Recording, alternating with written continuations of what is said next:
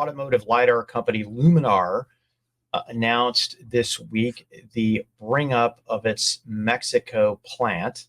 And as I, pointed out in the headline of my Forbes article, Luminar proves the pundits wrong with successful bring up of Mexico plant. You might be like, well, what are you talking about, Pat?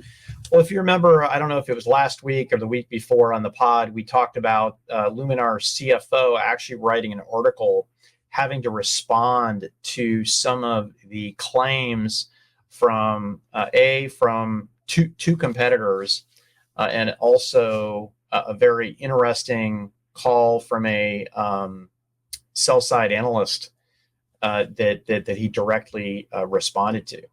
But there were a ton of people that said, hey, Luminar, there's no possible way that you can get this to high volume manufacturing, and then boom. So, Luminar has not only signed up Volvo and Mercedes and is actually shipping to them, but also kind of the high flyers out there like Sykes Rising Auto, which offers the R7 in China today with Luminar LiDAR. And holistically, the company has signed up 20 vehicle models. And to do that, you need to have space. So this space, which is run by Celestica, a very well-known ODM, can create between 250 and 500,000 sensors a year. And I know that the company Luminar is also building some really big capacity in Asia as well. But, it's funny.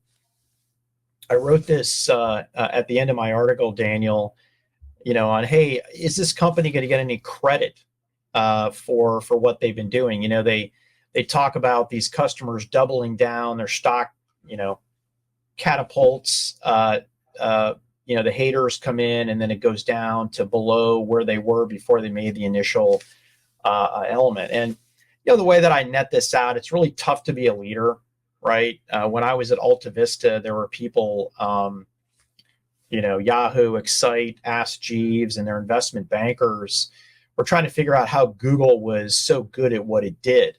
And some very similar quotes from, they ripped off the technology to, these kids will never be able to run a business like that. There's no way they can afford it, right? Even investment banking firms lined up to take pot shots at Google who had aligned with different competitors. So it really took me down kind of a memory lane here. But at the end, right, what I know is that Luminar is in high volume manufacturing, and their competitors are talking about manufacturing on PowerPoint slides. Okay. And the other thing I know is that when it comes to early types of technology, you do pay a premium. Surprise, look at NVIDIA, look at Qualcomm in 5G, right? They're ahead. They rake in very high prices in the beginning, and then, the other folks like MediaTek come in and fill in the gaps and prices go down. And guess what? Qualcomm's on to 6G or something after that. The difference here, though, is that these contracts with these auto manufacturers could be up to 15 years long. Okay? Luminar doesn't have to move to somebody. And whatever's baked in these long-term agreements has a certain pricing stipulation. And, at this point, it's like, do Volvo and Mercedes, do they want the cheapest and tomorrow, or the best in now? And now, when it comes to the safety of their passengers. So, anyways, interesting stuff.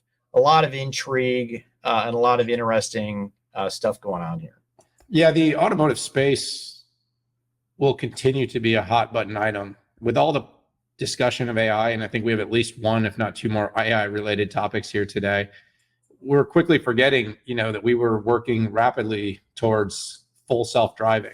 And, this is really kind of the ethos of Luminar, to enable it, to deliver the technology that can truly and safely enable vehicles to do full self-driving in the future. But even right now, just the L2 plus to L4, the ability to, do assisted successfully. I mean, Pat, we've seen the dummy run. You know, your son's multi-million hit video from CES.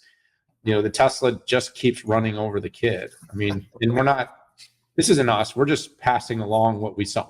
And you know, when Tesla shows its evidence that it's doing something differently, but it's not going to be a single type of process that's going to enable the safest driving. It's going to be a combination of multiple sensing technologies. It's going to be radar, it's going to be LiDAR, it's going to be vision. And I think that's what Luminar understands. That's what the vendors or the OEMs or the manufacturers that are signing up with Luminar understand. And so seeing them execute against their vision is great. You know, like you said, the market hasn't appreciated growth for a long time. Maybe we're getting to the end of the interest rate hike cycle. When that rate hike cycle ends, you will see tech growth bounce. That's what's happened every time. So if it doesn't happen this time, it's an aberration. So overall, though, you know, I like him, and I like his house in Succession, by the way. Off his house, looks good. I want to visit it.